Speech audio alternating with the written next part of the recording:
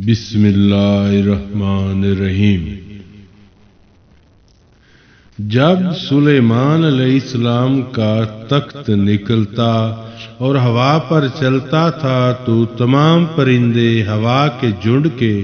جھنڈ ان کے تخت پر آ کر پروں کا سایہ کرتے، اور فوج انسانوں کی داہنی طرف اور بائیں طرف ہوتی تھی، اور تمام طیور چوپدار دست بست درپیش ارد گرد حلقہ باندھ کر ان کے ہمراہ چلتے تھے۔ چنانچہ اللہ تعالیٰ قرآن مجید میں فرماتا، اور اکٹھے کیے گئے واسطے سلیمان کے لشکر جنوں اور انسانوں اور جانوروں سے، پس وہ مثل بے مثل کھڑے کیے جاتے ہیں۔ بعد تفسیر میں یوں بھی لکھا ہے کہ حضرت سلیمان علیہ السلام کا تخت وہ تھا جس پر سب لشکر چلتا تھا، اور ہوا اس کو لے کر چلتی تھی، جیسے کہ حق سبحانہ تعالیٰ قرآن مجید میں فرماتے ہیں، اور مسخر کیا واسطے سلیمان کے ہوا کو صبح کی یعنی سیر و مسافت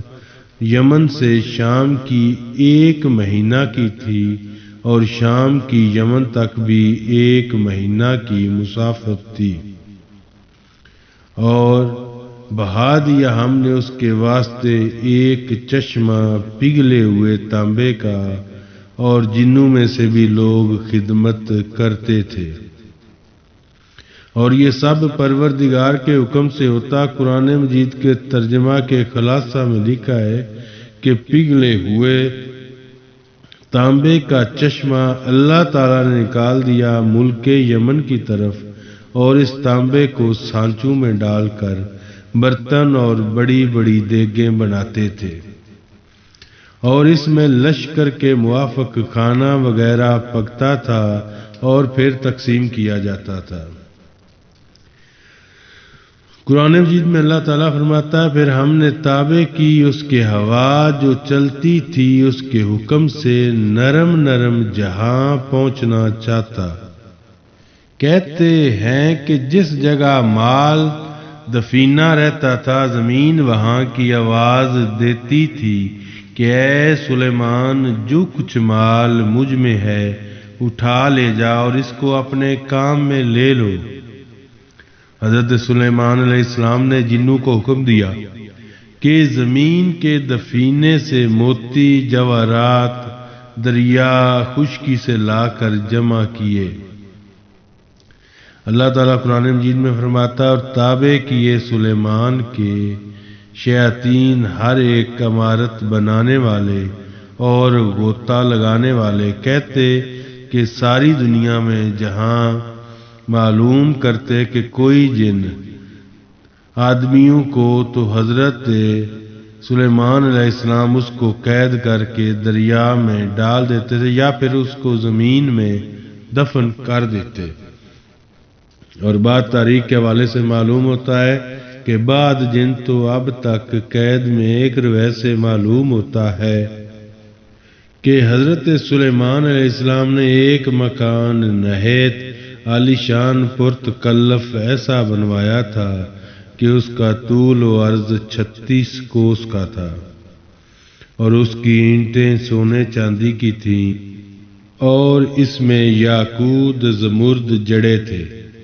اور اس میں تقریباً 700 کوشک 700 حرموں کے واسطے اور 300 کوشک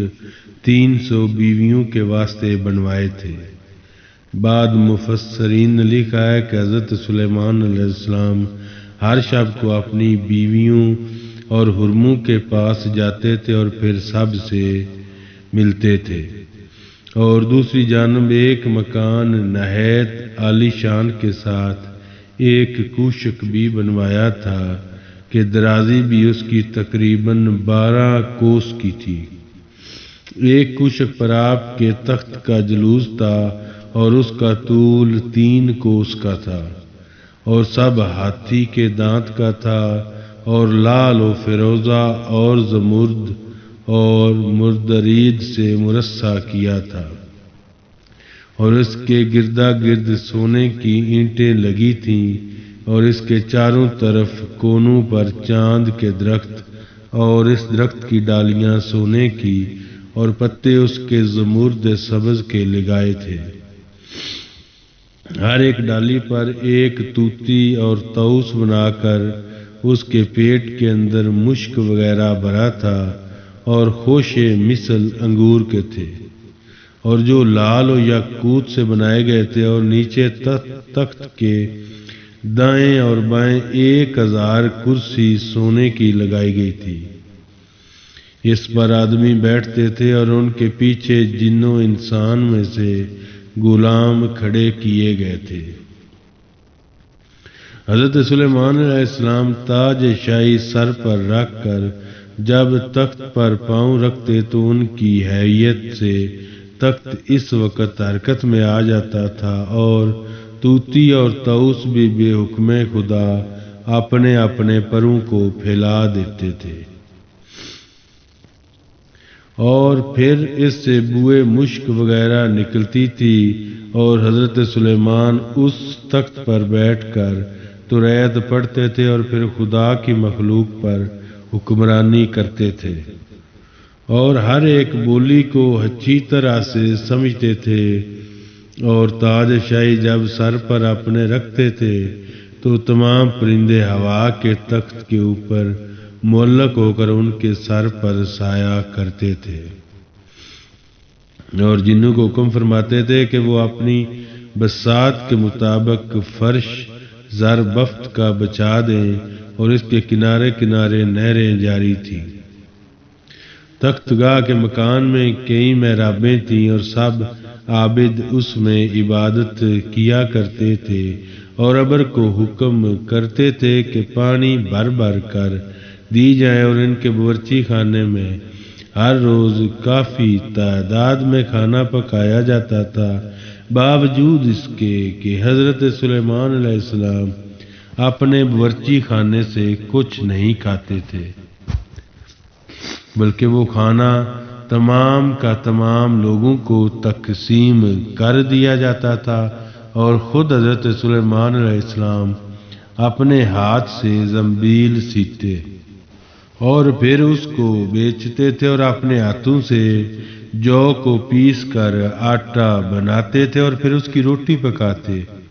اور ہر شام کو بیت المقدس میں جا کر مسلمان روزہ دار اور درویش غریب کو ساتھ لے کر کھاتے تھے اور خدا کا شکر ادا کرتے تھے، اور ہر وقت خداوند قدوس سے مناجات کرتے رہتے تھے، اور کہتے تھے کہ یا الہی میں درویشوں کے ساتھ بھی شامل ہوں، اور بادشاہوں کے ساتھ بھی بادشاہ ہوں، اور پیغمبروں میں بھی ایک پیغمبر ہوں۔ اے مالک، میں تیری نعمتوں کا کہاں کہاں تک شکر ادا کروں، اس کی ادائیگی کی مجھ میں طاقت نہیں ہے۔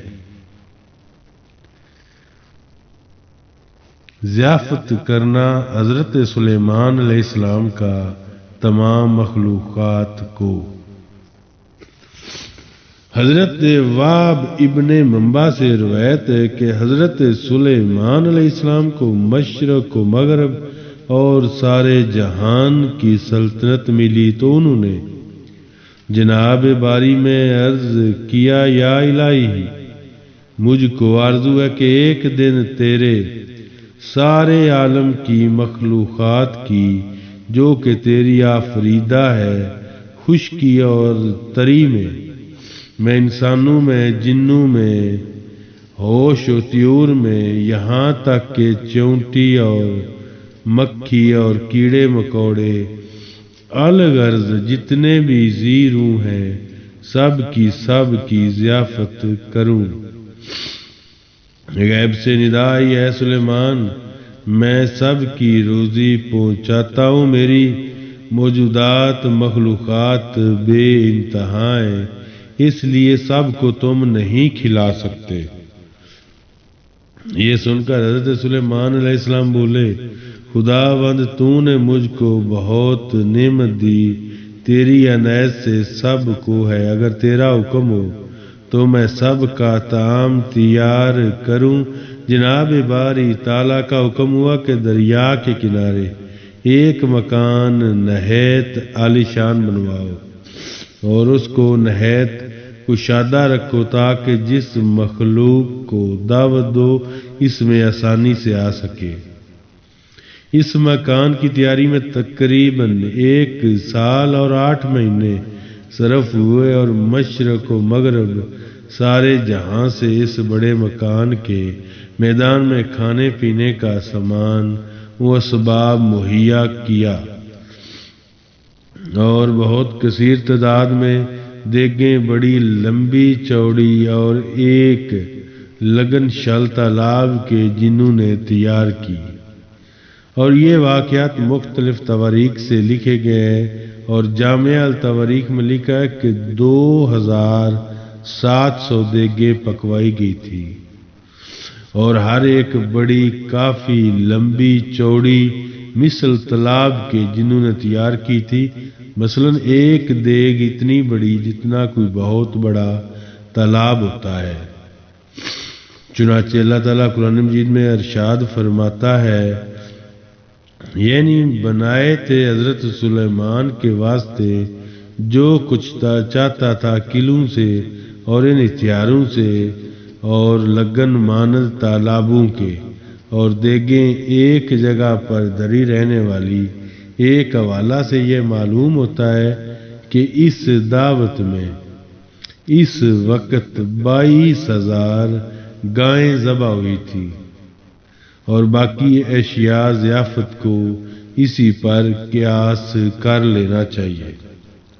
اور جامع التواریخ سے لکھا گیا ہے، چنانچہ جب کھانا تیار ہوا جن و انس اور حیوانات سب کو اس بڑے وسیع مکان کے میدان میں بٹھایا گیا، اور پھر ہوا کہ حکم کیا کہ وہ بساط تخت سلیمان کا دریا کے اوپر ہوا پر معلق رکھے تاکہ اس کو ہر متنفس اپنی نظر سے دیکھے۔ منجملہ ان تمام مخلوق کے اس وقت ایک مچھلی نے دریا سے باہر نکل کر حضرت سلیمان علیہ السلام سے عرض کی کہ اے حضرت، خداوند قدوس نے مجھ کو آپ کی دعوت میں بھیجا ہے، اور ہم کو یہ بھی معلوم ہوا ہے کہ آپ نے آج تمام مخلوقات کے واسطے کھانا تیار کیا ہے، اور میں اس وقت بہت بھوکی ہوں، لہذا آپ مجھ کو پہلے کھلا دیجئے۔ یہ سن کر حضرت سلیمان علیہ السلام نے اس مچھلی سے کہا، تم ذرا صبر کرو اور سب کو آ لینے دو، ان کے ساتھ جتنا کھانا چاہا کھا لینا، خوب آسودہ ہو کر کھانا، اچھی طرح کھانا۔ مچھلی بولی کہ حضرت میں تو اتنی دیر نہ ٹھہر سکوں گی کہ میں سب کا انتظار کروں۔ یہ سنتے ہی حضرت سلیمان علیہ السلام نے اس سے کہا، اگر تم ٹھہر نہیں سکو گی تو پھر تم کھانا کھا لو